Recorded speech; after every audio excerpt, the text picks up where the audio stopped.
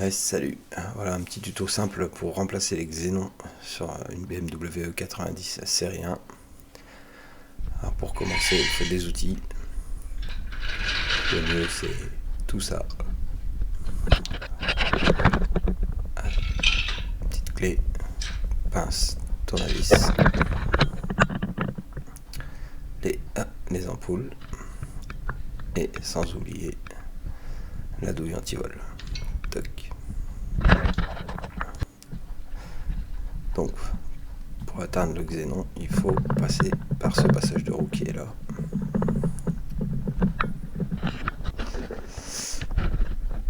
Afin d'atteindre la partie là du phare, il faut enlever donc ce passage de roue. Donc on commence tout simplement par desserrer la roue.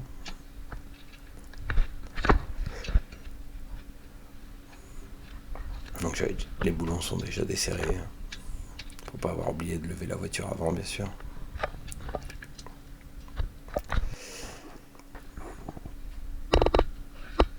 Tac.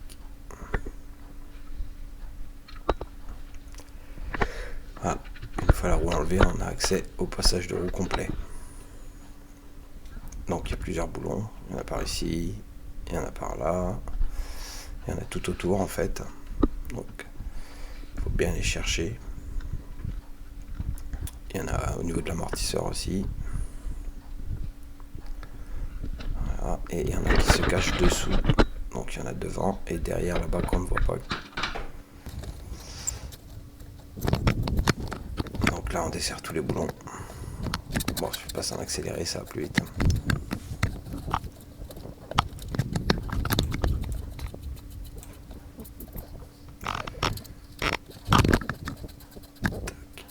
Voilà, pour montrer qu'il y en a quand même beaucoup.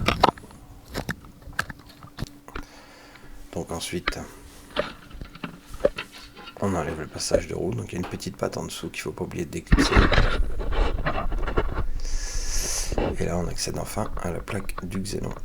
Donc sur les phases 1, en tout cas sur mes phares à moi, c'est des phares BMW et c'est des clips s'il n'y a pas de vis ou je ne sais quoi pour pouvoir retirer le cache qui se trouve derrière le xénon. Donc voilà. Alors, donc c'est des clips, il suffit de les pousser comme ceci. Voilà. Et là vous avez ça directement après à l'ouverture de la trappe. Donc un petit tournevis en plus pour enlever celle-ci. Donc il ne faut pas forcer trop fort, juste faire levier, toc. Et voilà. On prend des clips sautes. Et après pour celui du dessus, je suis passé par au-dessus avec le tournevis. Parce que quand j'appuyais dessus, ça bougeait pas vraiment. Par contre c'est du plastique, donc il faut y aller mollo. Voilà, ça s'enlève. L'ampoule est fixée par une bague en ferraille. Il suffit de la pousser vers l'arrière et sur le côté droit. J'ai pris un tournevis pour m'aider.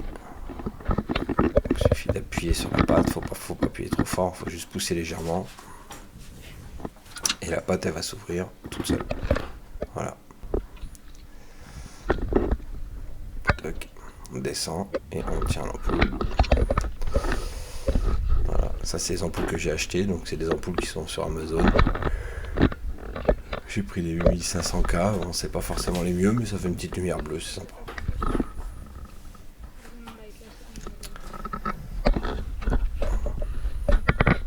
Voilà.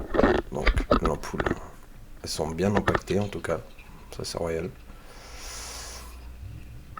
Donc on la saisit, on touche jamais la partie en verre, ça c'est bien connu.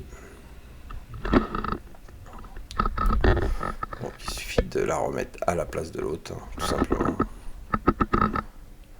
Je dirais que le plus dur c'est de tout enlever le passage de roue et d'ouvrir le boîtier sans le casser surtout. Faut faire très attention. Voilà, on remet l'ampoule. Ensuite on remet le clips. Donc il suffit de la pousser directement vers l'arrière en partant de la droite pour aller vers la gauche. Et normalement ça se reclipse tout seul. Voilà, c'est fait. On branche la prise surtout, sinon ça ne marchera pas.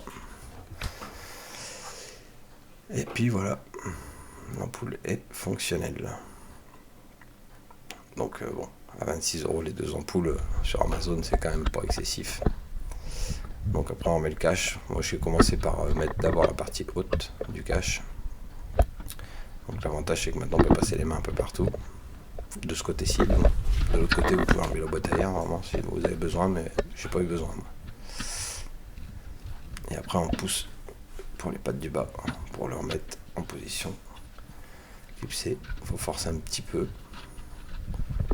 et ça rentre. Faut pas hésiter à appuyer.